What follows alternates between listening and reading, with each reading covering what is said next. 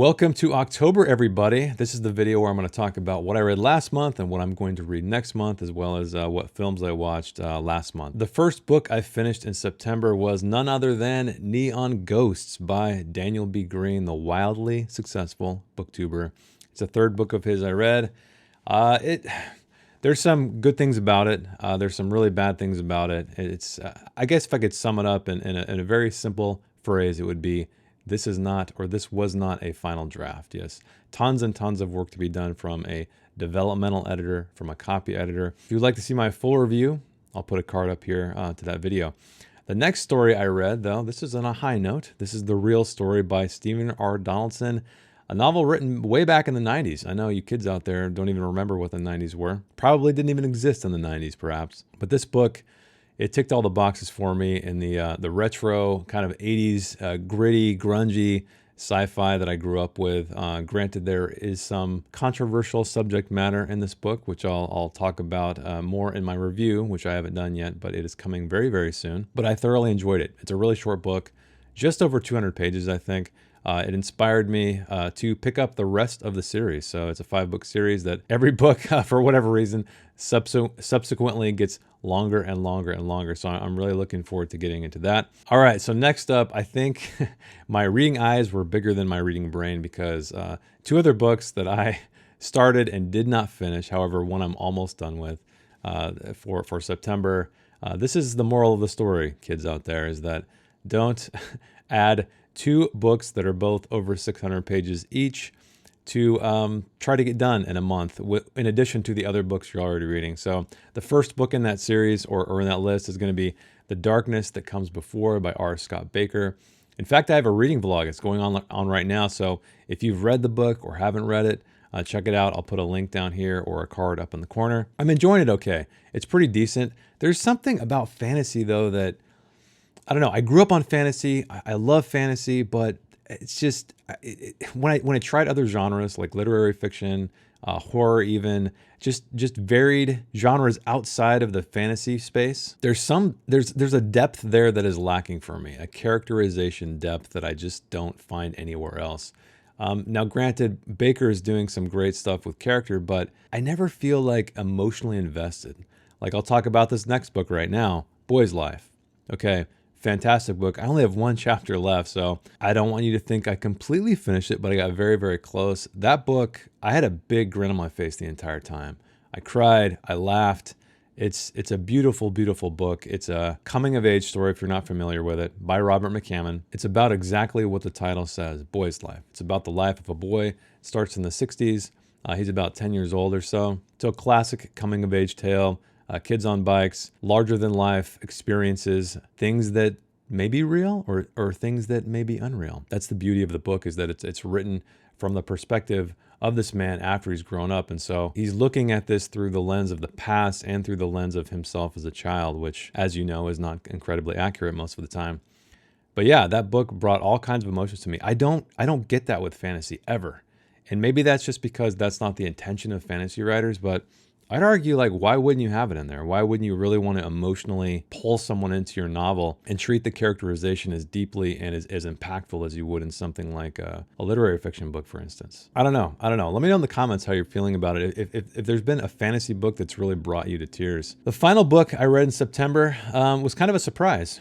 So it is the John Steinbeck classic of Mice and Men. The reason why I read this is my daughter, she started high school finally, and in her English class, she is reading that book, or we did read that book together. And so she has these assigned novels to read. And I said, you know what?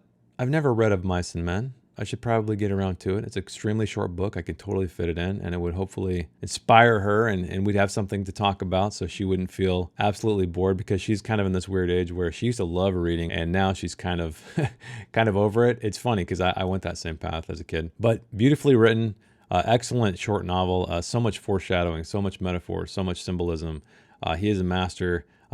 It's funny because John Steinbeck actually got me back into reading. So when I was in this kind of reading funk like my daughter is right now, I think I was a senior in high school when I read Grapes of Wrath, and it's strange to say that Grapes of Wrath, being a kid that loves fantasy and science fiction, found something compelling about a Dust Bowl tale It is what it is. I mean, that really kind of rekindled my love for reading and showed me what writing can be. So those are the books. Those are all the books I read, and well, some of the ones I did not quite finish yet. So let's talk about movies briefly.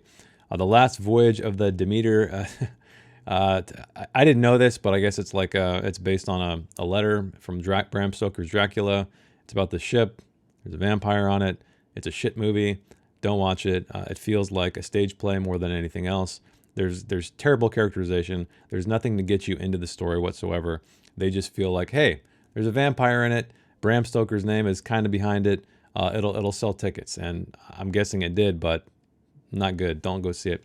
It's funny. I'm going to talk about a lot of horror movies. So if you are looking for horror recommendations or horror movies to stay away from this Halloween, here's some for you. The first one, though, the next one, was a good one. I really enjoyed it. I had very low expectations, and that is The Boogeyman.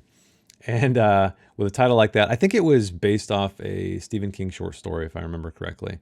But what was great about this movie is it had incredible restraint in showing the monster, because in horror, it's so important to not give away the entire thing right away, and to not show the creature right away. In fact, you may not want to ever show it. You may want to just give glimpses, even at the very end. This one had great restraint in that regard. The acting was good. The story, it's pretty much generic, what you'd figure in that regard, where you have a boogeyman, lurking in the darkness. And the reveal of the creature, they did reveal it, and it was pretty damn creepy. There was an element, I'm not going to spoil it for you, but that made me think like, wow, from a monster or creature design standpoint, beautifully, beautifully done. The next horror movie is one I will not recommend. That is called Cobweb. There's a lot of buzz around it on the internet, but it's part Coraline, it's part ripoff of a Japanese horror film where you have, a girl with long hair in her face crawling around. There's so much terrible writing in it. The acting is subpar. It seemed like the directors and the writers weren't quite sure what they were trying to do. On one hand, it felt like they were trying to tell a film like Trick or Treat, which is an anthology film it's kind of campy, right? It's fun, but it's dark. It's not trying to be overly serious, whereas this movie felt like it started out that way, and then it just got extremely gory. Plot holes everywhere. So many plot holes everywhere. No respect for the brains, for the reasoning abilities of the audience. Don't recommend it whatsoever. I could go on and on and on. All right, a non-Halloween movie.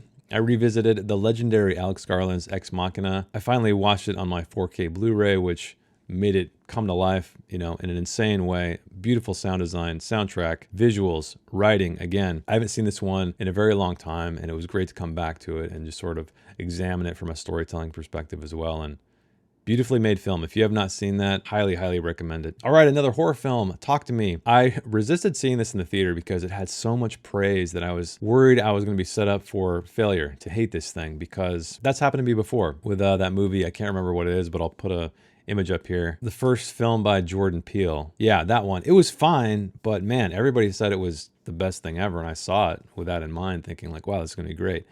And it wasn't. So that's what I was worried about with Talk to Me. However, Talk to Me, great film. I went in with it with low expectations again, because I didn't want to ruin the experience for myself, and I was in it, man. Great acting, great cinematography, great directing, great writing, great writing. A very simple premise that could go terribly awry in the wrong hands.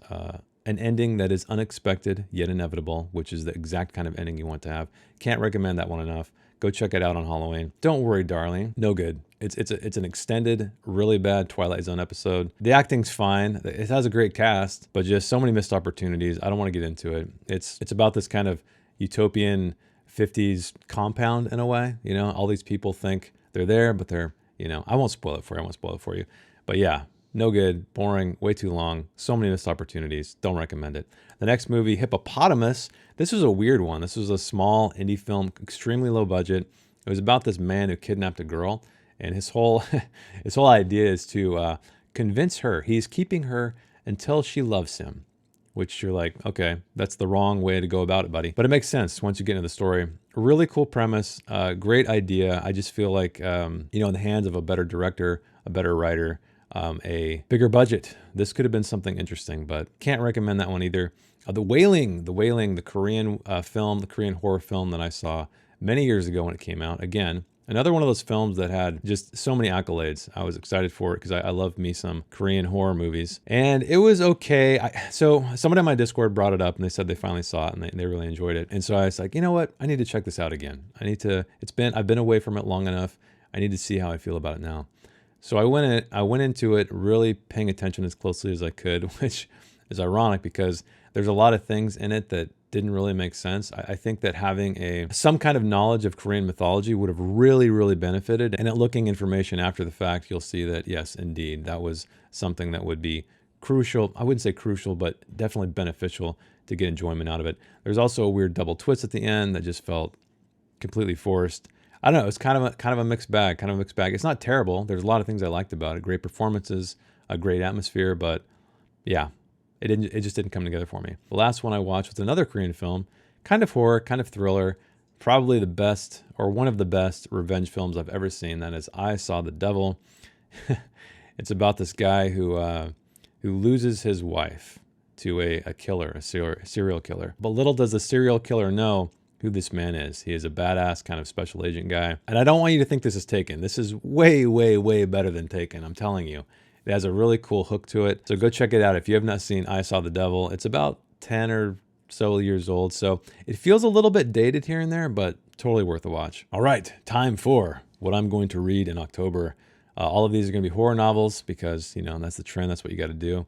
The first book I am reading is The Best of Richard Matheson, the legendary Richard Matheson. I haven't read enough of his books. I Am Legend was a highly impactful book to me. When I read it, it just, I don't know, man. It captured the sense of isolation and the premise, right? The question it asks at the very end of the book is really compelling. It's just really, it's really great. It was inspiring to me as a writer myself. And yes, something I'm writing right now has a nod to it. But yeah, The Best of Richard Matheson, and the stories in that were all hand selected by another horror author. And that man is named Victor Laval, who I am going to read his book, The Ballad of Black Tom.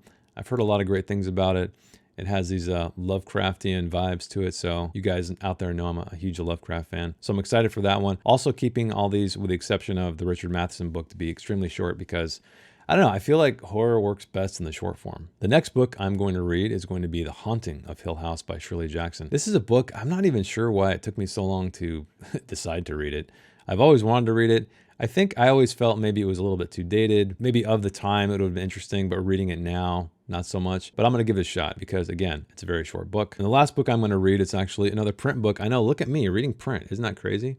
It's called 19 Claws and a Blackbird by Agustina Bastarrica, Argentinian author. And the reason why I picked this up is her other book, Tender as a Flesh. Man, one of my favorites. I love that book. It's so good, so disturbing in the right way, so thought-provoking. Go check it out if you haven't read it yet.